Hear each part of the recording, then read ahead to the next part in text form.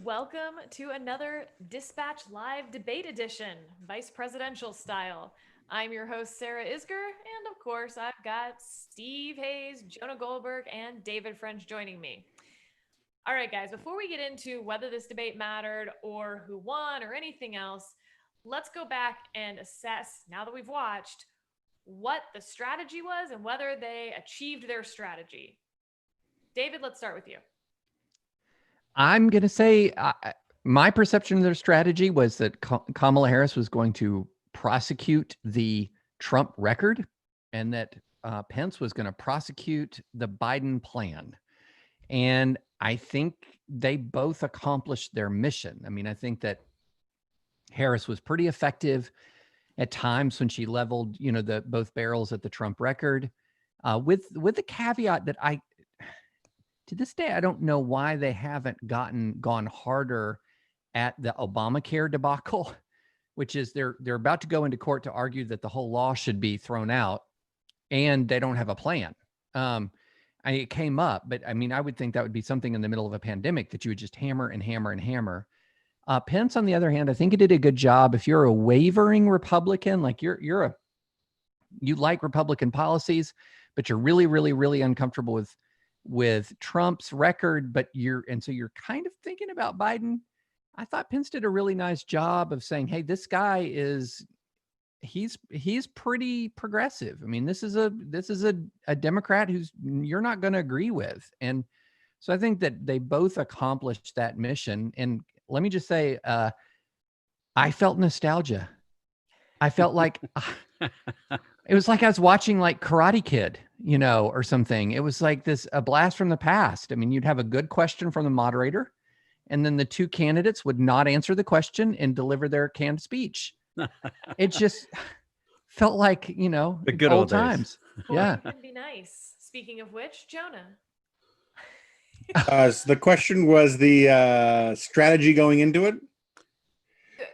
What do you now assess their strategy as being, and how do you grade them on their own strategy? Yeah. I think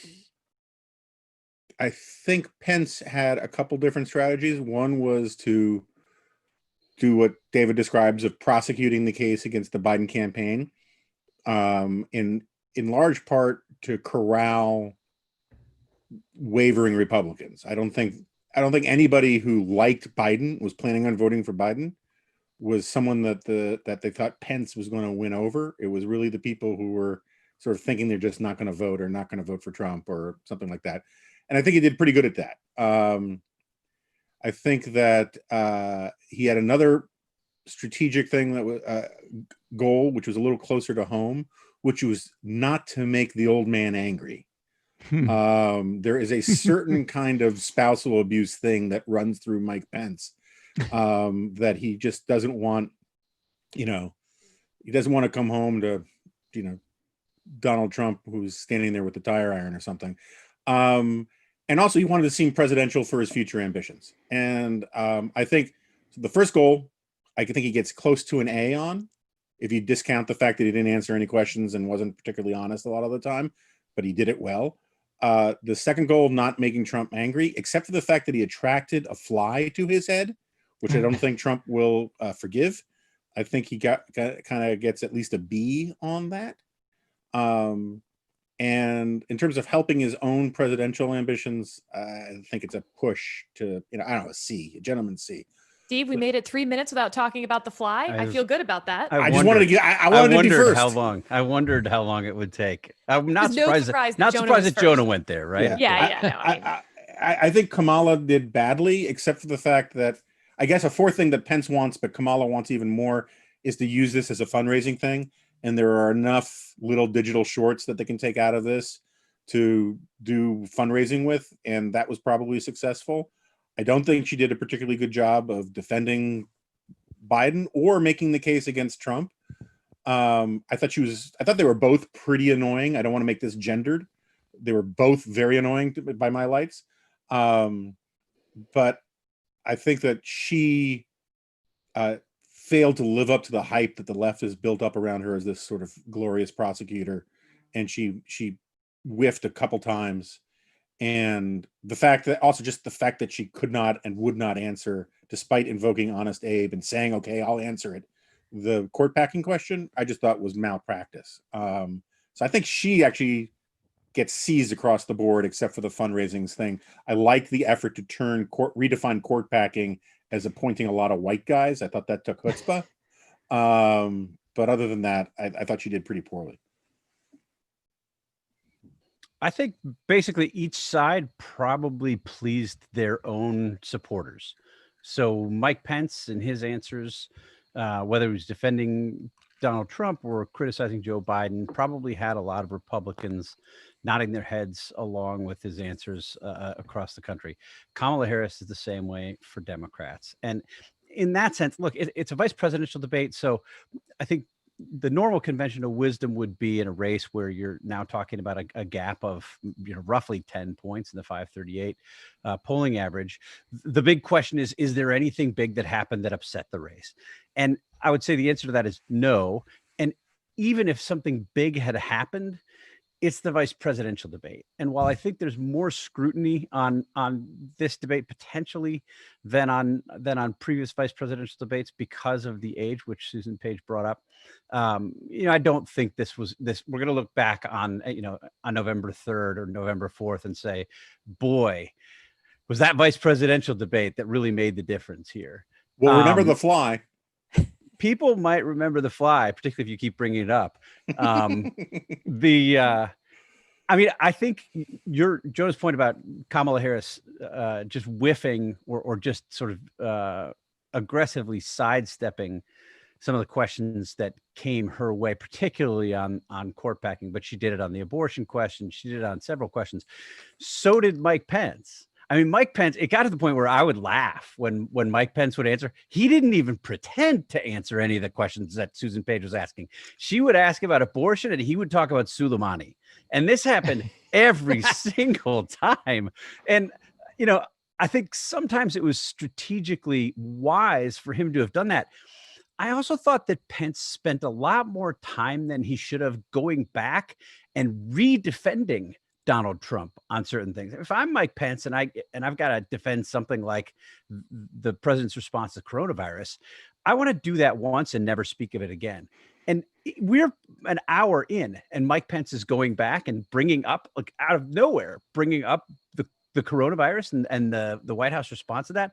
But it would have been much, much smarter to sort of walk away, leave that alone. Let's not talk about that anymore. Sarah, what'd you think? Yeah, so I thought that it was very clear to me that the Biden team went into this knowing that they didn't want anything to change in this race. And it was a very clear do no harm strategy. So they needed Harris's tone and mannerisms to be just sort of, frankly, as boring as possible. They didn't want her to be the hard charging prosecutor that she had been in the Kavanaugh hearings, for instance. They wanted her to be sort of the minimum amount of good required to not make a ton of headlines about how bad she was, but they are fine with headlines about her not answering the questions, for instance. What they did not want was, Biden-Harris ticket going to pack the court. Biden-Harris fine with abortion after babies are born. So they were basically willing to lose this debate on the margins because it wasn't going to matter unless they lost the debate. And I thought the Pence team, to some extent, knew that they would want some trajectory change in here, that this was an audition, if you will, for 2024 primary potentially. So I did think he was a lot more substantive. I agree with you, Steve, that obviously he didn't answer a lot of the questions too. But I agree with David that how refreshing to be back in 2012. How I missed you. You had two politicians on stage, and we haven't gotten to see that in a while. So I thought that Harris executed her strategy well. No one is coming out of this saying, I was going to vote for Biden, but man, now that I've heard from Harris, all the crazy things they're going to do, I can't do it. And I thought from Pence, you came out, to the extent you've only known the Trump administration sort of on television, maybe some tweets, you came out thinking, that Pence guy sure makes the case a lot better than Donald Trump does. Can I use a football analogy? If I say no, it remains to be seen. No, it's a good one. This is a good one. I think Steve's with me on this. You know how it is when your team is trailing late, the starting quarterback has taken a big hit, and the backup quarterback comes in against the prevent defense and hits a couple of like sharp-looking 5-yard passes in the middle of the field. Doesn't really materially change the outcome of the game, but all of a sudden the fans are like, "Oh, you know, the backup QB didn't look so bad." I mean, that's exactly how I felt about this debate. Yeah, except I hear you.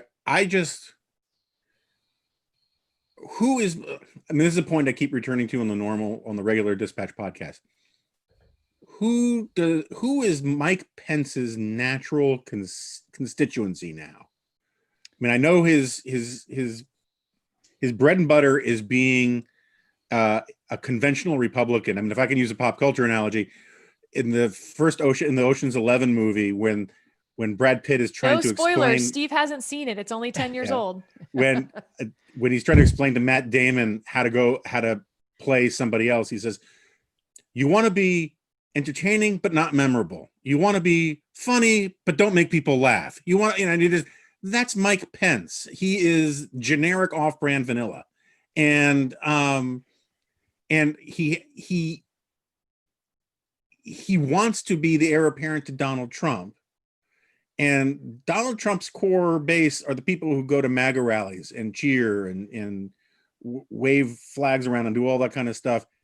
That's not Mike Pence's audience, and I don't know who he thinks he's going to supplement it with. And David has an idea. Okay, and one last point on this, just because I think he won. I think that's sort of indisputable if you were scoring it conventionally. I suspect that among a lot of women voters, his interrupting thing and his grating refusal to listen to Susan Page may either consciously or subliminally or both play pretty badly. And I don't know if that matters given the way the electorate is shaping up at this point, but he is guaranteed for the rest of his life and probably for 7 generations after to have a bad gender gap problem. By the way, I am reliably informed that I am old and that Ocean's 11 is in fact more like 20 years old. I was going to say something, but I'm a gentleman. If I were better, I would come up with a Friday Night Lights analogy so that I could do football and pop culture. But I never saw Friday Night Lights, so I have nothing to add. We're impressed you even know the name of it. Pretty good. Pretty good. So I've got my shot at the constituency. It's evangelicals who feel guilty about supporting Donald Trump. I mean, and he has a very distinct constituency for now. I don't think he has that constituency when Trump's terms are over. I don't think he has that constituency. I think he kind of fades and recedes, but he is the guy who makes people who feel kind of guilty about Trump feel better about voting for Trump. I mean, I think it's that's it. Look, Mike, but my point was about moving his political future. Those people aren't going to be voting, nobody. Yeah, not nobody, but not significant. I don't think Mike Pence did anything to make Donald Trump angry tonight, in all likelihood. But I don't think it's hard for me to imagine that many Republican voters, whether they're sort of Trumpy or whether they're sort of more traditional conservatives or country club Republicans, were watching this debate and immediately thinking that is the guy in 2024. Has to be Mike Pence. It wasn't that kind of a performance, and he's sort of soft-spoken. I think when he turned to substance, he was more effective than when he was just sort of talking to fill the space. But it wasn't a command performance. I have a question. Right on the gender gap front, and you're looking at some of these numbers. The gender gap is driving a lot of that senior vote.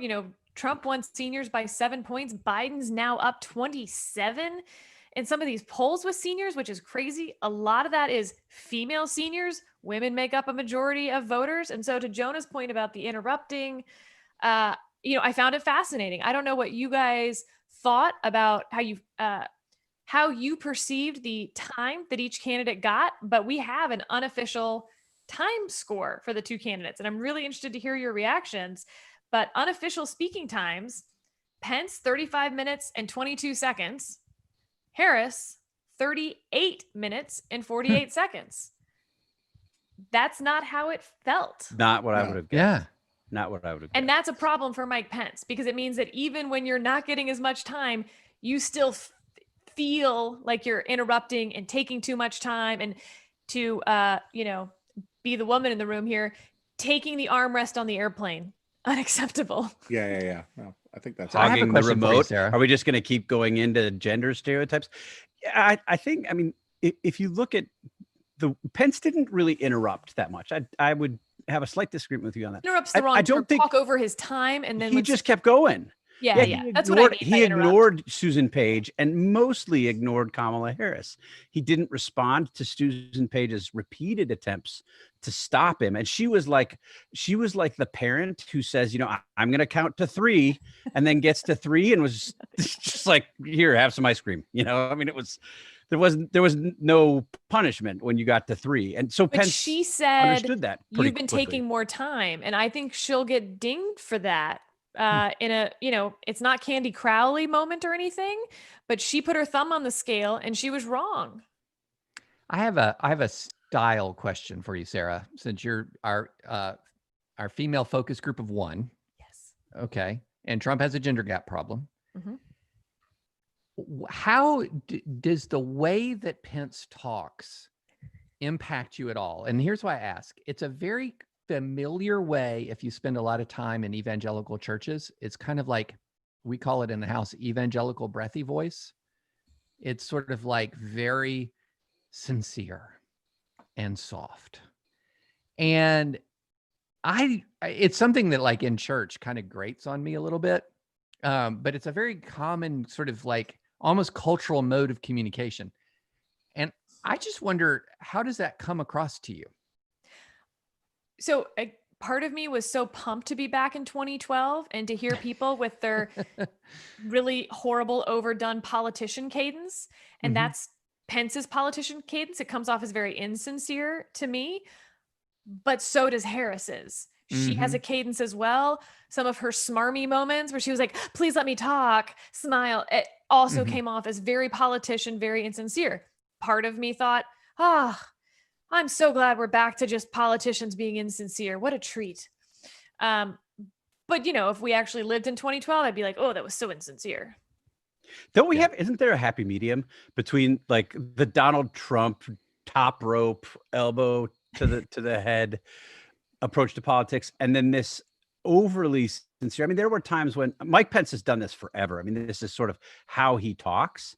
And it's, to me, for a guy who's actually like, agree with him or disagree with him on policy matters, he's given this stuff a lot of thought. Like Mike Pence is conversant in basic policy matters, and in some areas he's very conversant. He knows his stuff, and he's not a dumb guy.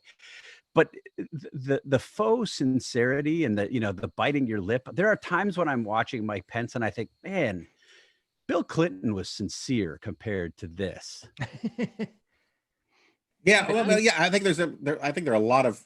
It's not just a happy medium. There's just vast swaths of open plains between some of these things, and I just want to just get it on the record that of all of the various breathy voices, evangelical breathy voice is among the least sexy. I just want to put that out there, and but I agree entirely with. I mean, I feel a little liberated in this because I found them both so annoying.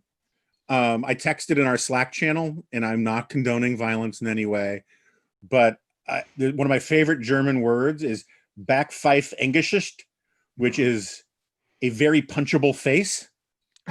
And Mike Pence, the way he does that sort of fake hurt feeling, disappointed feeling, the mock outrage, I mean, and the refusal to deal with any of the questions as they are asked.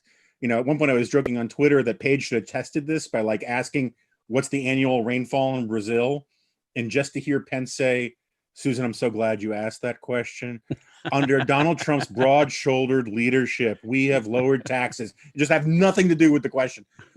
But I think that Kamala Harris was really poorly served by the split screen, because Pence basically, for the most part, not entirely, but for the most part, goes to turned off Android mode when he's not speaking. Fly certainly thought so. And and the fly definitely. And so he just sits there dead faced, and Kamala gets this really bad smirky face, and gets this sort of like, oh, I guess can't wait to answer this question. And as a matter of body language, you're like, okay, she's gonna just drive it in, and then she doesn't. And so it heightens the sense that she whiffed her response in a way that's kind of unfair. But if I were her debate coach, I would tell her, got to remember the camera's on you even when you're not talking. And the fact that she the best example of this came very early in the night when Pence got angry and offended and said, I wish you wouldn't play politics with the lives of Americans in terms of the COVID stuff. That she didn't have, first of all, that her team couldn't have predicted that one coming a million miles away, and she didn't have some sort of, I mean, I understand, I think Sarah makes a good point about, first do no harm and all that kind of stuff. But Donald Trump had said he didn't want those people, those Americans, to get off a cruise ship because it would upset the COVID numbers in the United States. You can come up with a dozen different things that Trump has done where he's played politics with COVID. And to let that one just sail over the plate, that to me was the signal that she wasn't going to try at all to be the person that her fans wanted her to be. And I think she could have gotten a lot closer to that person without going over the line than she particularly on that question. I mean, she clearly came in with the sort of tone of disappointment, not anger. And she mostly kept it. There were a couple moments where she got a little testy, but she mostly kept it throughout the night. But I thought on the coronavirus stuff, that would have been a point to sort of let the anger fly a little bit. I mean, I think people are angry about some of this stuff, and some of the things that the president has said and done over the course of the past 8-9 months should make people indignant. And she could have gotten away with a little of that. One additional point on the mini speechifying by each of the candidates. But I like Susan Page. I think she's a good journalist, but she didn't ask follow-up questions. And maybe that's the way that this format required her to conduct the debate, although Chris Wallace did manage to ask follow-up questions in a way that I thought was pretty effective when the debate didn't go totally crazy. But you're asking for speech. These are politicians. You're asking for them to give speeches, and speeches off topic if you don't follow up. So she said, here you've got your 2 minutes uninterrupted. In one sense, you like that because it gives people a chance to develop a little answer, and it's not just all sound bites. On the other hand, they can do what they did tonight, which I think didn't really, while this debate was certainly more substantive than the first presidential debate, I don't feel like we really are leaving with a much deeper understanding of where these two campaigns are. Okay, David, question to you. Tell me some way in which this debate mattered. It was a not bad night for the Trump campaign. The first not bad night in a long time. And to the extent that, I mean, at some point, if you're going to have a comeback, it starts with one not bad night.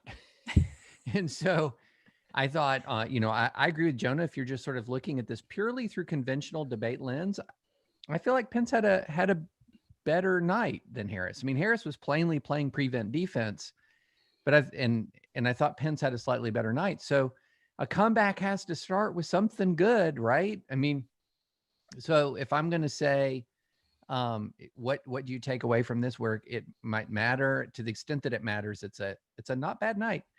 And one other thing though, we can talk all day long about tone and how certain aspects of it were irritating or this or that, but one thing just kept going back into my mind was if Trump had been impeached and convicted in January, I think our country would be in a substantially better place.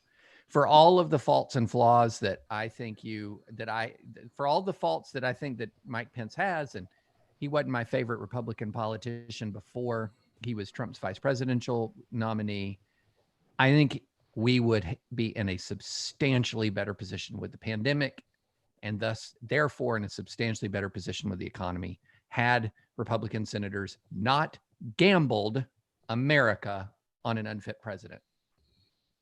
Jonah or Steve, can you name another way in which this debate mattered? Well, the only life form on the stage that actually strictly adhered to the 2-minute limit was the fly. And they've actually timed it, and I'm right about that. Other than that it mattered. I'll go back to part of my partial answer at the beginning. It might have mattered in terms of fundraising. I could see some of those clips from Kamala Harris playing well with some of the base and raising some money off of that. I could see conceivably Pence's stuff too, but no, I really don't think it matters. In part because Donald Trump is going to be on Fox Business Channel tomorrow morning at 8 a.m. And if history's any guide, he will step on whatever momentum they can. Fun fact, Tevye Troy has, our friend of the pod, Tevye Troy, has emailed me to remind me. He wrote extensively about flies relating to presidential politics. Fun fact, White House Chief of Staff Josh Bolten had fly swatters created with the White House logo on them. He distributed them to his staff to cope with the fly problem in the White House back when things were boring.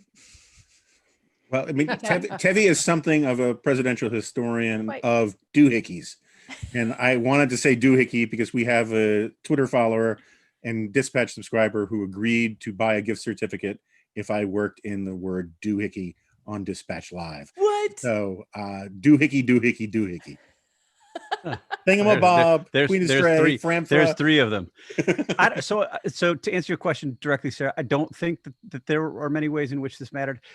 I did, as I was watching it, and watching Kamala Harris in particular, think about the other choices available to Joe Biden. And I think in retrospect, she fits better than a lot of the other possibilities. You remember he was talking about Stacey Abrams and some others with considerably less experience, and I would argue less poise than Kamala Harris had. And whether you agree or disagree with the substance of her answers, you felt like she belonged. You know, you didn't watch this debate tonight and say like, wow, she couldn't handle the office if something happened to Joe Biden.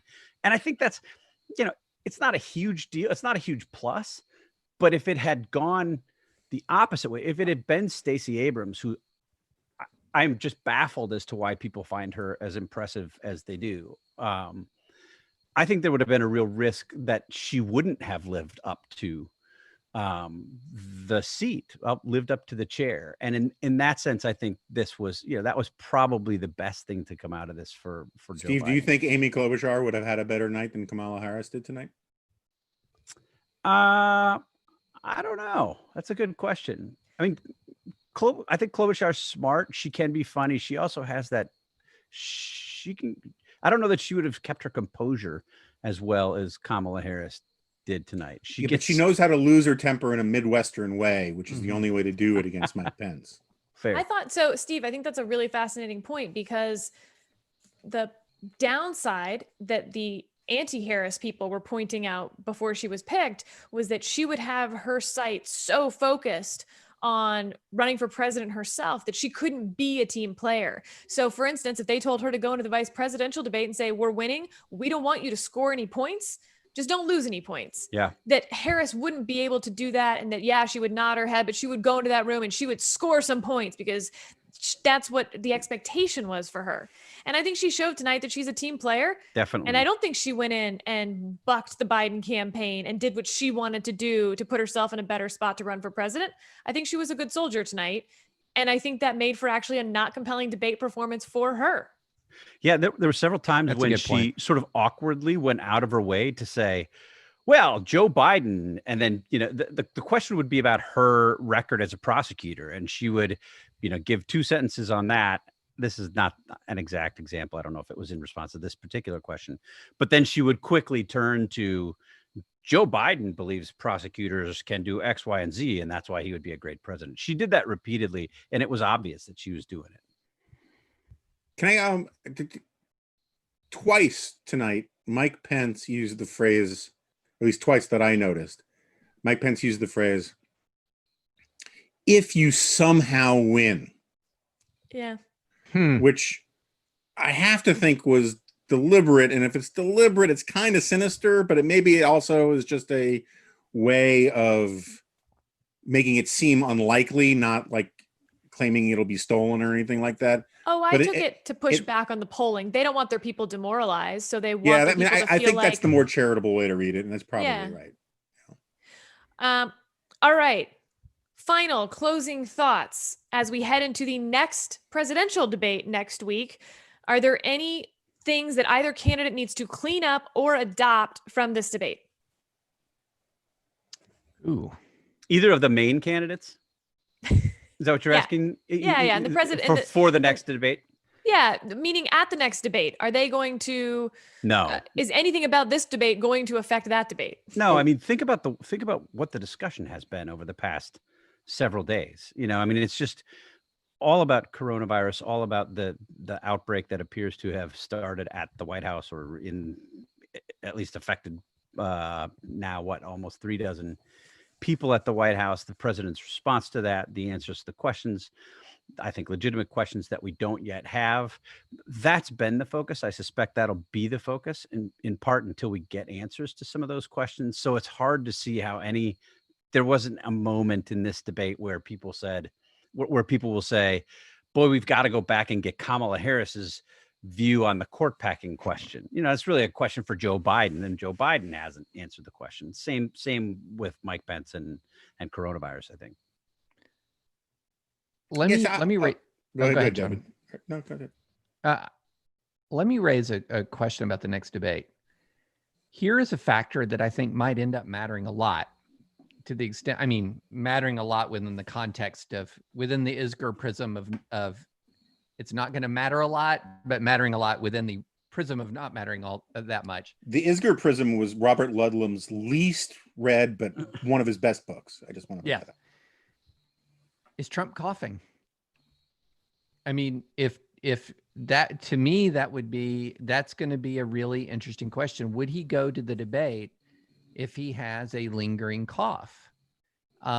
Because every cough would be a reminder of what we've been through over the last couple of weeks, and of the failure of the White House, of the coronavirus containment within the White House itself. So I wonder, he better be really symptom free by the time that debate rolls around. Does he look healthy? Does he look strong? Because the things that we have seen so far have been encouraging in the extent that he's far better off than a lot of people are this far into the disease. He's far better off, and we're thankful for that. But he doesn't look quite right. And even the video he put out, the sheer amount of makeup on his face was well outside the norm. And so, he's going to be on HD cameras for an hour and a half. He better be really healthy. Otherwise, I think that could be one of the decisive story coming out of that debate. Well, I think if he's not, Joe Biden has basically suggested that he's not going to show up if Trump is still shedding the virus, right? When he shouldn't. I think you will have to, they will have to have multiple PCR tests that confirm that he is not still contagious. Jonah, last word goes to you tonight, but also I know what I'm getting you for Christmas. I don't know if you can see that, but the Joe Biden campaign has already created their fly swatters that say truth over flies. Clearly on this podcast, I've been the Lord of the Fly. First, to go back to Steve's answer, I think the one place where I disagree is I think Kamala Harris so egregiously handled the court packing question by saying, all right, you want an answer? I'll give you an answer, and then change the subject. That is going to be at the minimum catnip to a lot of conservatives and Republicans, and I think fairly so, because she really put a spotlight on the fact that it is their policy not to answer this question. And she actually tried to do the race card thing back at Pence for raising the question. And I think that heightens it, that gives people a talking point. And so I think at the very least, it gives Donald Trump the ability to say, look, Kamala Harris said she was going to answer it. She hasn't answered, blah, blah, blah, blah, blah. We all saw that. We'll see that clip played a lot on Fox News tomorrow. So I think that that at the margins hurt a little bit. Can I ask a question and it be the real last question? Am I insane to think that it's kind of smart for them to not answer that question? Yeah, they can't answer the question.